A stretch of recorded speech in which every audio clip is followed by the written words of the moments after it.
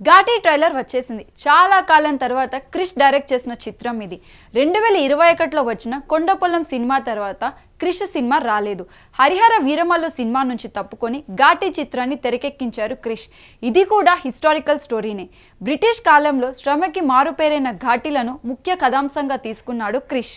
ప్రస్తుతం ఘాటీలు ఎలా ఉన్నారు, వాళ్ళేం చేస్తున్నారు, వాళ్ళని ఈ సమాజం ఎలా వాడుకుంటుంది అనే కథాంశాన్ని తీసుకొని ఈ మూవీని తెరకెక్కించాడు క్రిష్. ఘాటీ ట్రైలర్ సినిమాపై ఆసక్తిని రేకెత్తించింది. విజువల్స్ అద్భుతంగా ఉన్నాయి. పీరియడ్ సినిమాలు డిఫరెంట్ కథల్ని ఎంచుకోవడంతో క్రిష్ ఎప్పుడు ముందే ఉంటాడు.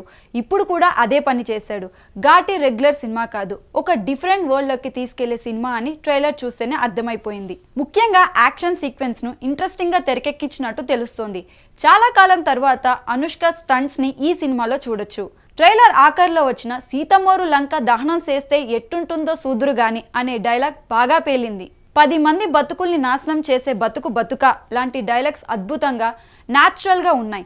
డైలాగ్స్ విషయంలో క్రిష్ చాలా జాగ్రత్తలు తీసుకున్నట్టు అర్థమైపోతుంది. ఘాట్లు ఘాటీలవి, వచ్చే తరాలవి, వాళ్ళవి వాళ్ళకిస్తాం, అడ్డొచ్చిన వాళ్ళ నెత్తురుతో కడిగిస్తాం లాంటి పవర్ఫుల్ డైలాగ్స్ ఈ ట్రైలర్లో ఉన్నాయి.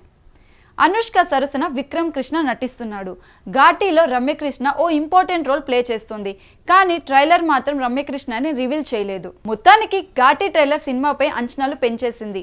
సెప్టెంబర్ 5 రిలీజ్ కాబోతున్న ఘాటీ కోసం ఆడియన్స్ ఈగర్గా వెయిట్ చేస్తున్నారు.